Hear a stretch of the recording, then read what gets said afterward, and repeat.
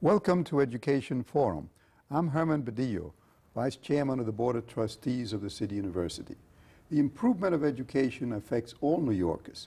This program will focus on the key educational issues and challenges before us all. My guest today is Dr. Dolores Fernandez, who is the acting president of Eugenio Maria de Hostos Community College, a bilingual community college which is part of the City University in the Bronx. Dr. Fernandez got a PhD in language and cognition from Hofstra University, and she is on leave from Hunter College, where she is a professor of curriculum and teaching. She has been Deputy Chancellor for Instruction and Development for the New York City Board of Education, as well as Deputy Director for Program Services and Director of Education for the New York State Division for Youth. And she is a nationally recognized expert in bilingual education. Dr. Fernandez, I welcome you, and I want to bring out that at Hostos Community College, we did not know, we in the Board of Trustees did not know there was a problem until May of 1997. I had started Hostos Community College when I was president of the Bronx in 1998. Got approval for it at the Board of Estimate. Supposed to be a bilingual college specializing in health careers. And the reason I wanted a bilingual college was because I knew there were many students like me who would come here from different countries who could not speak the language. We discovered in 1997 that students were going to graduate who could not pass a written assessment test in English. And I stopped that with a resolution that was approved by the Board of Trustees. The outgoing president was replaced as an interim president by Dr. Fernandez. So would you tell us, what did you find when you got to be the interim president of Hostos Community College? Well, the first thing is how individuals or society defines bilingual education. It is in the mission of the school, it says it's a bilingual school, but that's not exactly what I found, or at least wasn't in accordance with my definition of bilingual education. Students were very demoralized. The programs were solely targeting students who came into Hostos speaking Spanish, and they were supposed to be providing them English as a second language so that they can transition into English, solely into English. There was no programming for students who came into Hostos speaking English that wanted to learn to speak Spanish as a second language. And that's how I define bilingual education. It's a program for all students who want to learn to speak another language. And so there was a big gap in this, in the sense of the definition of bilingual education, what the mission of the school was, and what I found in place. Right. Now, the specific problem was that there was supposed to have been an entrance test in order to determine how much remedial education and how much, what knowledge of the language the students had. That was supposed to be an entrance test. Then the students were supposed to get remedial work. But what was the entrance test had become a graduation test. Yes. And the students couldn't even pass the test upon graduation. That is, they were about to receive an associate degree without being able to speak the language. That was the situation in 1997. What was the experience after you had been there for a year in 1998? Okay. Well, we had our first graduation class of 1998 in June. All students that marched down that aisle at Hostos Community College had passed every single exam. My administration would not permit any student to march for graduation that had not passed an exam. As a proponent of bilingual education, I have a real difficult time supporting programs that do not encourage English language acquisition. To me, that's not bilingual education. Were there any students who were left behind because they couldn't pass the Yes, exam? I had a line of students at my door in May that were complaining that they wanted to graduate, that it had always been done in the past, that they wanted to take the test during the summer. And I basically spoke to students and I told them that Hostos Community College was under a microscope right now, and their diploma really depended on my administration and the changes that we had to put in place. And I gave them an example of permitting them to graduate or march down the aisle in June, and having someone, say from the press, come into Hostos and pull at random a file, and it was your file, I would say to the student. And they'd see that you still need to take some courses or to pass an exam. Who is held accountable? Are you held accountable? And they would say no. I said, I'm held accountable. I have failed you if I let you do that. And students understand. Students want to succeed. Students want to learn English. Not at the expense of their home language, but they do want to compete in this society. Now tell me, how many students are there at Hostos Community College, and what is their ethnic background generally? Well, we have approximately 3,500 students at Hostos presently. The predominant Latino group are Dominicans, with another large group of Puerto Ricans. And then there are smatterings from all other countries throughout Latin America and Central America. When you say predominant, about what percentage is Latinos? Oh, it's about 68%. And the balance? And then the balance are African Americans or African students from Africa, or Caribbean blacks, and then there is a small number of Eastern European students, and Asian students are coming in now. When I approved Hostos Community College in 1968, I had placed it next to Lincoln Hospital on 149th Street on Grand Concourse in the Bronx. I had approved Lincoln Hospital, and I put the two together because I figured out back then that 25 years from then, health careers would be important, and the purpose was to have Hostos Community College specialize in health careers by having the students go to Lincoln Hospital and work with the doctors there to become nurses or x-ray technicians or even doctors. What is the experience now and what relationship do you have with Lincoln or other hospitals in the Bronx? Well, I am building a strong collaboration with Lincoln Hospital. There wasn't as strong a relationship with the hospital as you had intended. Our strongest programs are our allied health programs. And so Lincoln Hospital has met with me several times. We're setting up several program areas where we will be increasing internships and collaborations for the community, services to the community. We've also met with Bronx Lebanon Hospital. Bronx is very interested in working with us with our dental hygiene program. We have a very strong dental hygiene program. And our nursing program is ranked 3rd in this city with regard to our students and their passage rates on the New York State nursing exam. Our dental hygiene students are also ranked in the top 10% in this nation, not solely in New York. We have a radiology program that's also state-of-the-art with the equipment we have in place.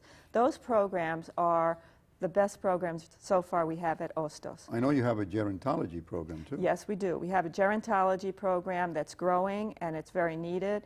And I think that what we're talking about around dual language acquisition and the importance of knowing more than one language, it never hits as strongly as when you look at allied health and the need in hospitals or in nursing homes for trained professionals that can speak more than one language.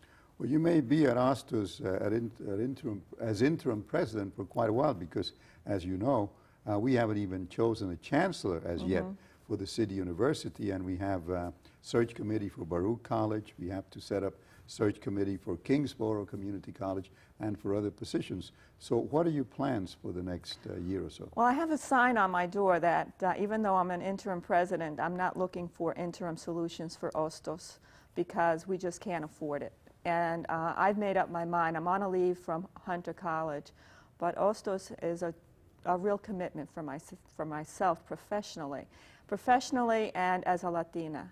This is a very important school for the South Bronx, for the community of the South Bronx, and we have to be the best.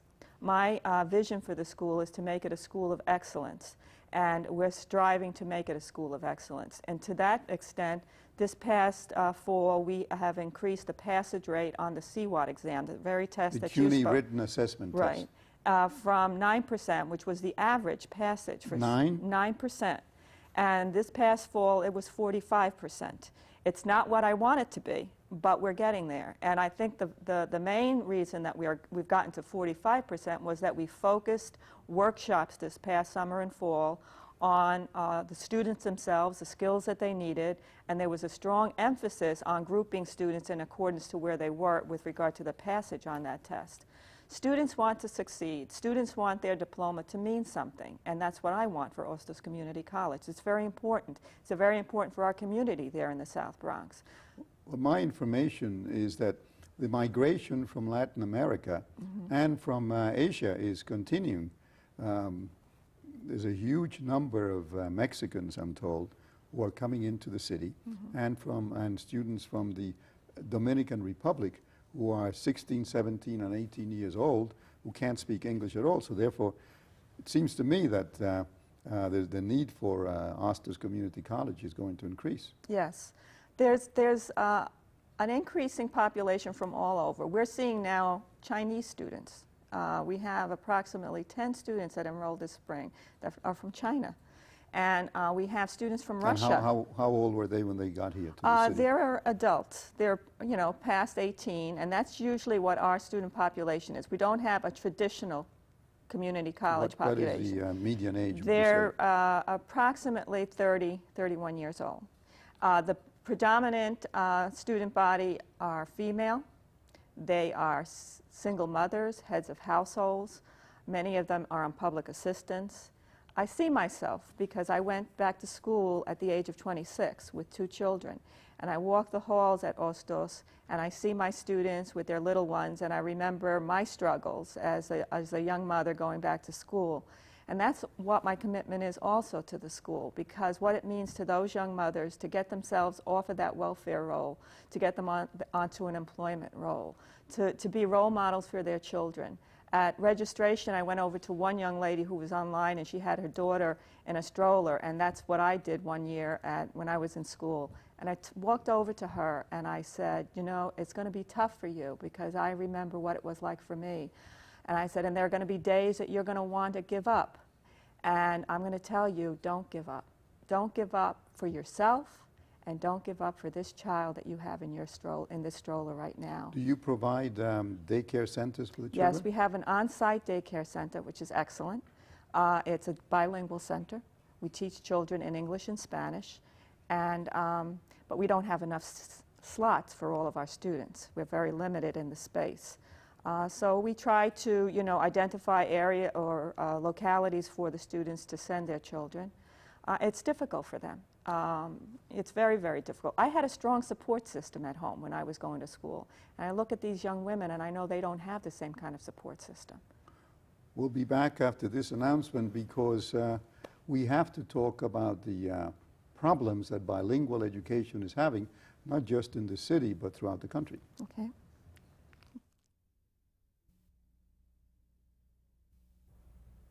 Hello, I'm Oscar Iwelos, and I graduated from City College in 1975. You may know my second novel, The Mambo Kings Play Songs of Love, from the movie a few years back, about the world of Latin music here in New York in the 1950s. Gracias, City University, for the skills and encouragement to write about my heritage. Thanks, City University, por todo, for everything. CUNY, the best investment in your future. We're back with Dr. Dolores Fernandez, who is the interim president of Hostos Community College of the City University in the Bronx, and who is a nationally recognized expert on bilingual education. And that's what I want to talk to you about, because as you know, I've been a strong supporter all my life of bilingual education. The first hearings on bilingual education in New York City were held on my request by Bobby Kennedy when he became the senator from the state of New York. And then in 1974, I was the chief sponsor in the House of the Bilingual Bicultural Education Act, and Teddy Kennedy supported it in the Senate. But the whole theory of bilingual education is now under very strong attack. You probably, I'm sure you read the article that James Straub wrote in the New York Times criticizing bilingual education in the Board of Education. And you've seen articles in the New York Post which say that recent report by the Public Agenda, a nonprofit institution, shows that the overwhelming majority of parents, especially Hispanic parents, do not want bilingual education for their children. What is your reaction to that? Well, again, I go back to how school districts and schools define bilingual education. There are many programs out there that are bad programs, that are failing children, that are not providing enough English language instruction for children. Well, that was the problem I had. Let me tell you that what James Straub said in the New York Times is accurate, that in New York City it has become almost monolingual education, and that it goes on for years and years and years. I never would have gotten the bill through Congress unless there were two things. One, bilingualism means two: English first and then the other language, Spanish. And also, it's supposed to be transitional in nature. What's going on, let's talk about elementary and secondary education first, is, as James Straub points out, bilingual or almost monolingual education for 5, 6, 8 years or even more. How do you feel about that? That's not my bilingual education, and that's the error that is committed by school districts if that's permitted to occur. Right, that's an injustice to students. How do you define bilingual education in the K to 12 grades?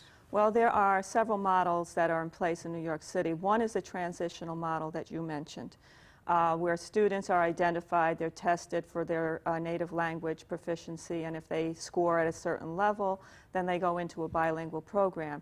Transitional bilingual education requires that students be slowly transitioned into English language dominance. Now, the key here on transitional bilingual education is the number of years. Right.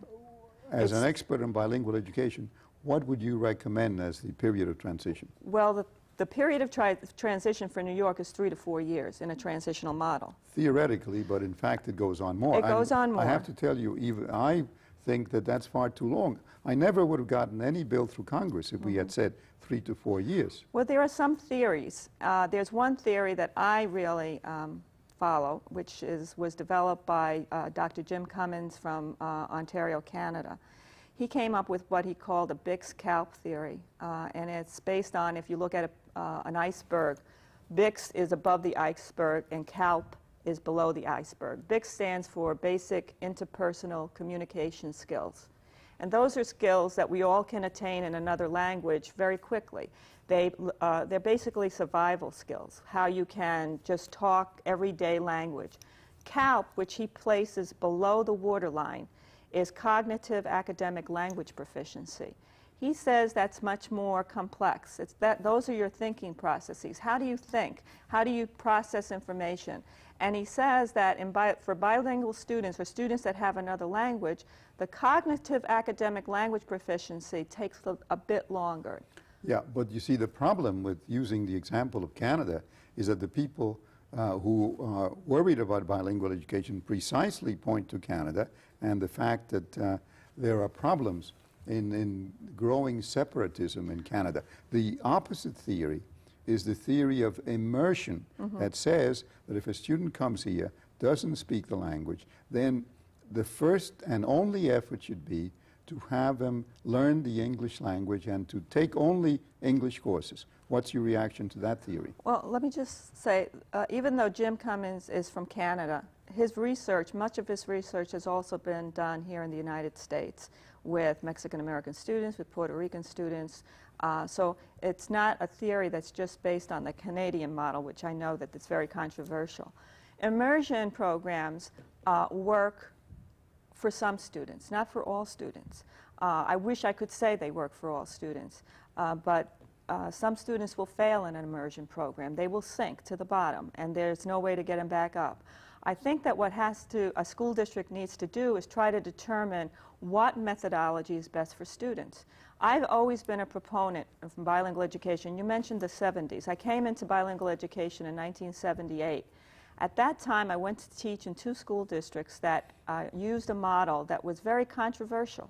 It was not supported by those in the field of bilingual education because it was focused on all students, middle-class students were in my classroom, African-American students. It was called at that time enrichment bilingual education. I had Latino students, but I had other students. And both groups were learning a second language, and it was very successful. As a matter of fact, if there was any article that was written in a positive vein around bilingual education, was an article in 1979 in the Metro section of the New York Times about this program in a school district out on Long Island, which was an enrichment program. And that particular article ended up hurting the program. Well, you know, one of the reasons that I was successful in getting the bilingual education program through in 1974 was that we used the example of the Cuban children in Miami, which really was unfair because it was the first wave of Cubans, and they had teachers who had been professors at the University of Havana, and they were mostly middle-class children who had a lot of reinforcement in the home, and therefore that first review of bilingual education programs was very successful, and congressmen who went down to see the program came back very impressed. But now the population that we're dealing with is a population of poor people who don't have that reinforcement in the home. So if you were the chancellor of the New York City Board of Education now, how long would you have the transitional period of bilingual education? Well, that's a tough one. Because there are certain things that drive a decision like that. One thing that you brought up around the Cuban example is really critical. It's that socioeconomic level of the parent and that home environment that can reinforce what a child learns in school. That's critical. For most children in bilingual education, they do come from low socioeconomic homes. The resources aren't in place, and so that hurts a child. And so programs may not only have to be working with the children, they may have to be working with the parents. Now, in trying to determine what program I would use for a particular population, it's how students are assessed. Transitional bilingual education is the model that's mostly used in the state of New York. It can be very successful if it is done correctly. If you have and what is correctly, that's the issue. If you have prepared teachers, if you have a commitment by a principal, if you have a commitment by a superintendent, if you have commitment by a local school board to the resources to that program, if you have paraprofessionals in those classrooms. I mean, it's an expensive program. It's not a cheap program. And it's something that the school district has to make a commitment to. But how do you answer the argument in public agenda that the parents themselves do not want their kids to be having bilingual education, that they want them to learn to speak English first? Well, I would listen to parents. I would not go against parents' wishes. In New York City, parents are asked if they want their children in bilingual education, and a school district should respect the wishes of parents. There are English as a second language programs in New York City that if I was a Latina parent that had a child in the school, I would say I want my child in an ESL program. I don't want my child in a bilingual program. That wish of a parent should be respected.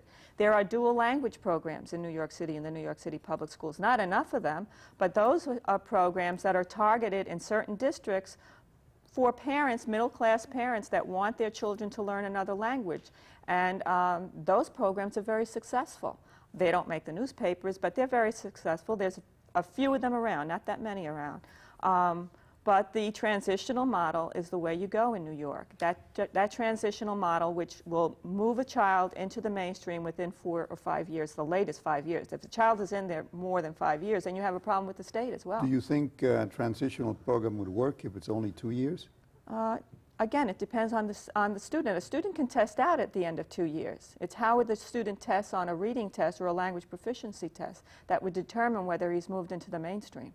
Now let's talk about college. Yes. Hostos Community College. Student comes in from Puerto Rico or Dominican Republic, Colombia, Mexico, and they have graduated from high school in whatever country they come from, but they don't speak English. What do you do with them? If my students come to Hostos prepared, as you say, in that first language, if they have had 12 years of schooling in that first language, they have a very strong foundation to build on. And the theory and the research shows then the transition to English language skills, it's very easy. And I'll give you an example. You learn to read at some point in your life. You learned to read in one language. I learned to read in Puerto Rico. Okay, you learned in Spanish. When you came here, you did not have to relearn how to read. You just needed to learn the vocabulary in English and the structure of the grammar in English. Your reading skills were in place, and that's what we talk about. When you have a foundation and those skills have been given to you, you just transition into a new language. You don't have to relearn a skill all over again. Now, my problem at Hostos is that I'm getting students that are very weak in their first language. Are they high school graduates in their country that they come from? We have the documentation that they are, but the testing of these students shows that they're very weak in reading, writing, and mathematics in their first language.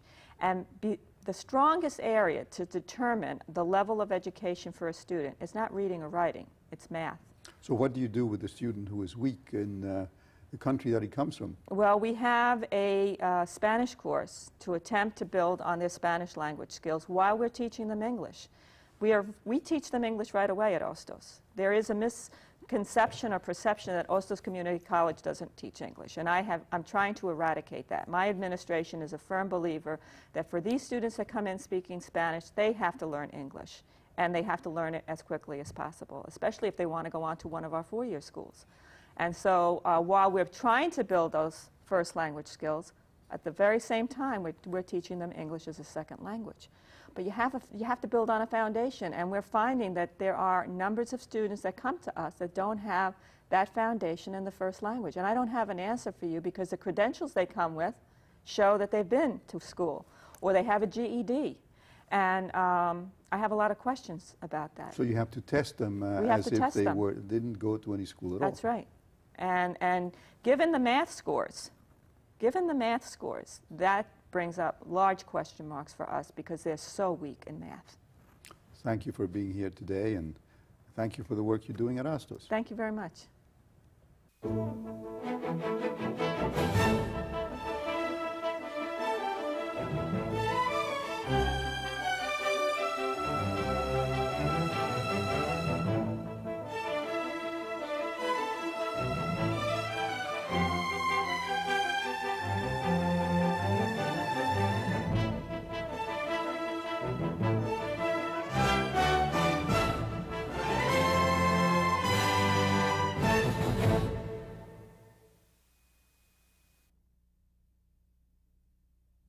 You can reach us by email at our website, www.cunytv.cuny.edu, to let us know what you think, or write to us at CUNY TV, 25 West 43rd Street, Suite 1220, New York, New York, 10036.